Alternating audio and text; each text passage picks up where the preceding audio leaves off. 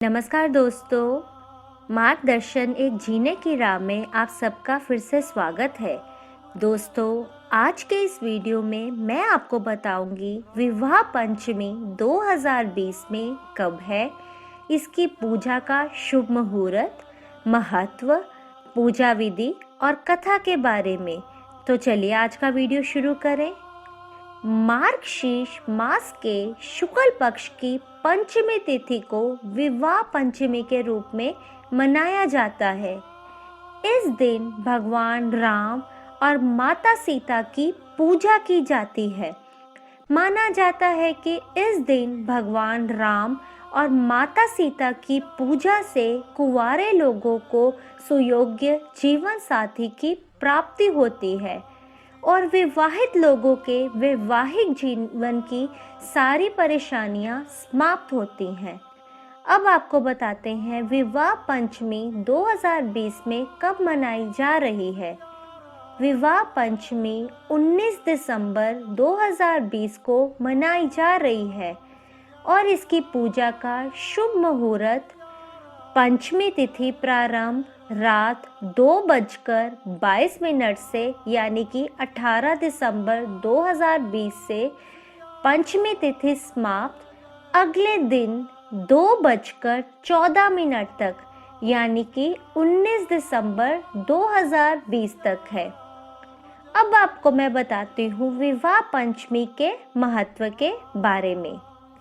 मार्गशीर्ष मास के शुक्ल पक्ष की पंचमी तिथि को विवाह पंचमी का त्योहार मनाया जाता है।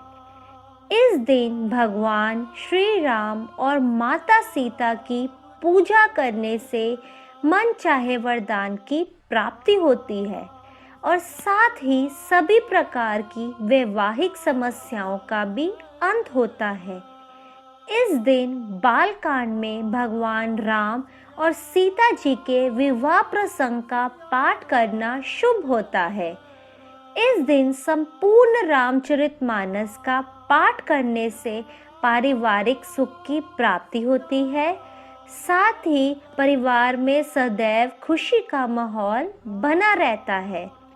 इसके अलावा इस दिन रात्रि में भगवान राम और सीता के भजन करना भी बहुत शुभ माना जाता है। अब बात कर लेते हैं विवाह पंचमी की पूजा विधि के बारे में। विवाह पंचमी के दिन ब्रह्म मुहूर्त में स्नान करें और साफ वस्त्र धारण करें। इसके बाद राम विवाह का संकल्प लें। इसके बाद श्री राम और सीता जी की मूर्ति या प्रतिमा स्थापित करें। मूर्ति स्थापना के बाद भगवान राम को पीले वस्त्र और माता सीता को लाल वस्त्र अर्पित करें। ओम जानकी वल्लभाय नमः इस मंत्र का कम से कम 108 बार जाप करें और भगवान राम और सीता का गठबंधन करें। इसके बाद भगवान राम और सीता जी की आरती करें और गांठ लगे वस्त्र को अपने पास संभाल कर रख ले। अब मैं आपको बताती हूँ विवाह पंचमी की कथा के बारे में। पुराणों के अनुसार भगवान विष्णु, भगवान राम और माता लक्ष्मी माता सीता के रूप में पैदा हुए थे।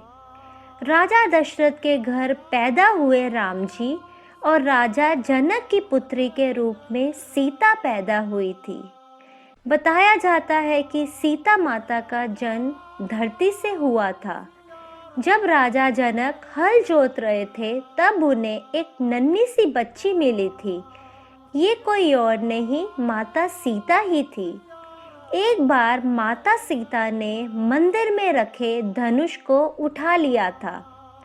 इस धनुष को परशुराम के अलावा और कोई नहीं उठा पाया था।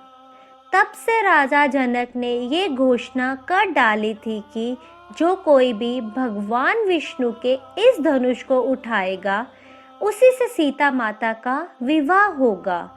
स्वयंवर में महर्षि वशिष्ठ के साथ भगवान राम और लक्ष्मण भी दर्शक के रूप में बैठे थे। सीता माता के स्वयंवर में कई राजाओं ने प्रयास किया, लेकिन कोई भी उस धनुष को हिला भी नहीं पाया। इस प्रकार राजा जनक ने करुणा भरे शब्दों में कहा, मेरी सीता के लिए कोई योग्य नहीं है।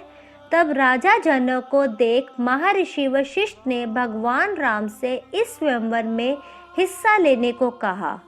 गुरु की आज्ञा का पालन करते हुए भगवान श्री राम ने धनुष को उठाया और उस पर प्रत्यंचा चढ़ाने लगे। प्रत्यंचा चढ़ाते वक्त धनुष टूट गया। भगवान श्री राम के बलिष्ठ को देख माता सीता उन पर मोहित हो गई और जयमाला श्री राम के गले में डाल दी। इस तरह भव्य आयोजन में माता सीता और भगवान श्री राम का विवाह संपन्न हुआ। और अगर किसी को अपना मन चाहा वर प्राप्त करना है तो वो भी इस व्रत को करे। दोस्तों, ये था आज का वीडियो। आशा करती हूँ आपको पसंद आया होगा। पसंद आया तो लाइक, शेयर और सब्सक्राइब करिएगा। धन्यवाद।